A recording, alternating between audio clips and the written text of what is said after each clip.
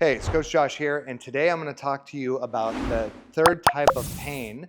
Pain not in a good way, pain that is not therapeutic, pain that is leading to an injury or identifying a current injury that you may have.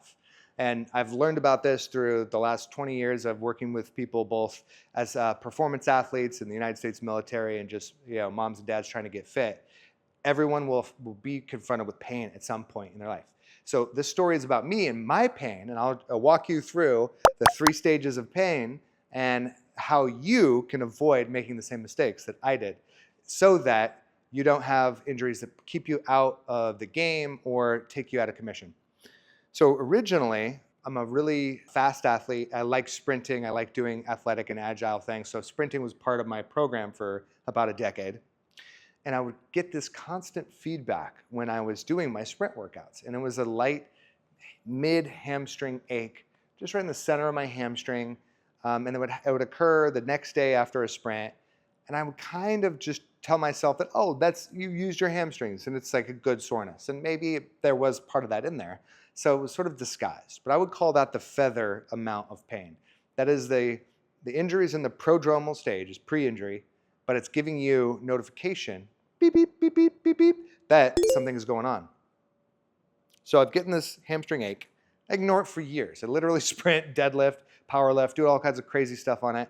And I would get the second type of pain, which is the slap pain, which would be I would get this tendinitis sort of ache in my hamstring that would go from the mid of the hamstring all the way up to my butt and low back. And it would just ache, and I couldn't get away from it.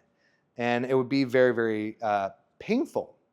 But it would last for 1 day, 2 days, 3 days, up to 7 days, 10 days. And I would just work through it, work a little bit lighter and ignore it. And then when it was gone, I would go back to sprinting and doing all the crazy stuff that I was doing before. But here's the trick. I stopped improving. Like my performance wouldn't go up.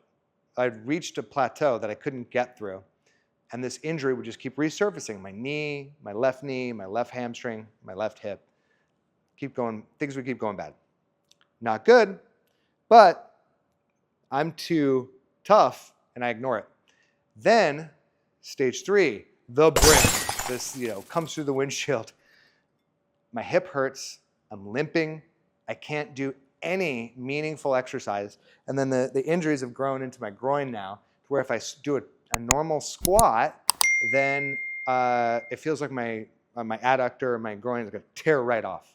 Not good. I go, get evaluated by a surgeon, by PTs. I have early stage femoral impingement.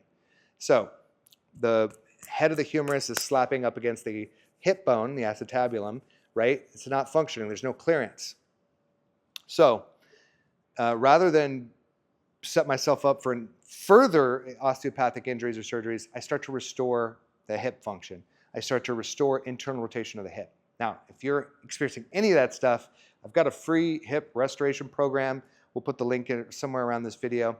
But when I was in that massive amount of pain, I actually started to do the work to rehab the hip. And guess what happened? Pain goes away, hip function restores, plateau done. Now I can lift what I want, do what I want, run as far as I want, sprint with it, no pain in the hamstring.